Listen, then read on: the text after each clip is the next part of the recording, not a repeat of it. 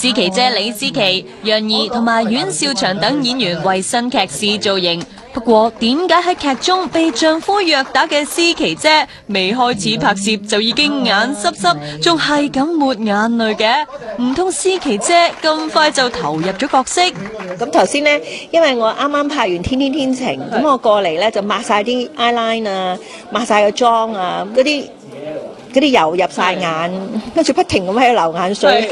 嗰啲妹妹仔問我：思琪姐仲未拍喎，你咁快就入咗戲？係咯，你哋話唔好喊啦。係咯，不停喺度流眼水，不停罵佢哋喺度笑我。咁我覺得個戲都係嘅。我而家演呢個角色咧就比較凄涼啦。咁個老公啊成日打佢啦，撳佢個頭落個水度啊，好慘啊！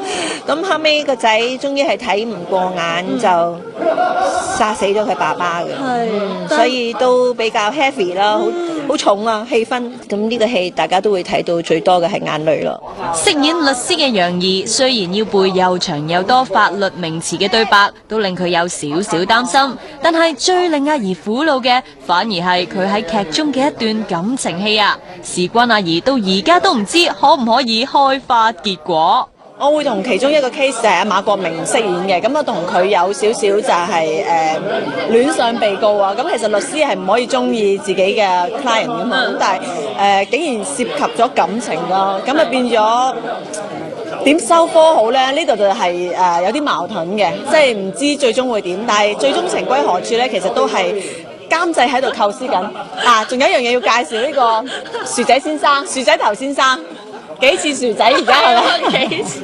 冇錯，祥仔呢次喺新劇嘅造型的確同卡通人物有啲相似，尤其係佢嗰對兜風耳。事關祥仔話自己個樣太醒目，唔係太配合到呢個大律師嘅性格。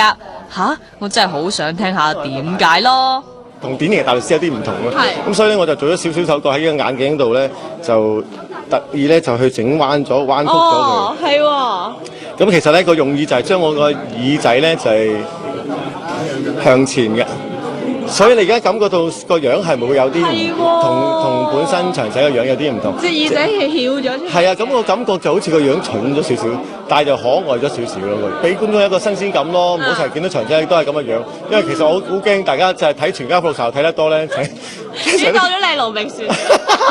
但係啲律師戲多數都有好多嘅條文要背咧，你會唔會都有一個難度喺度咧？即係覺得背對白？唔會啊，我基本上個人又聰明又反應快，即係過目不忘嗰隻咯。你頭先都話你係對 law 係好熟悉。係啊，law 非常之熟悉，就係我接受唔到 law 嗰啲咯，或者係對唔住 law 嗰啲。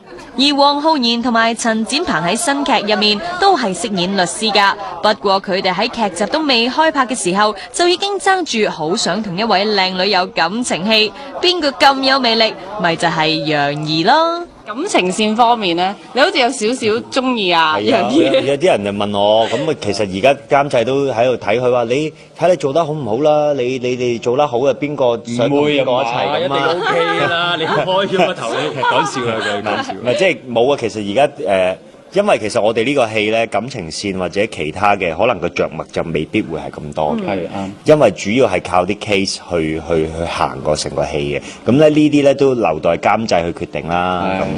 咁你都係？我都係㗎，我都係方面。睇下佢追唔追到楊怡先咯。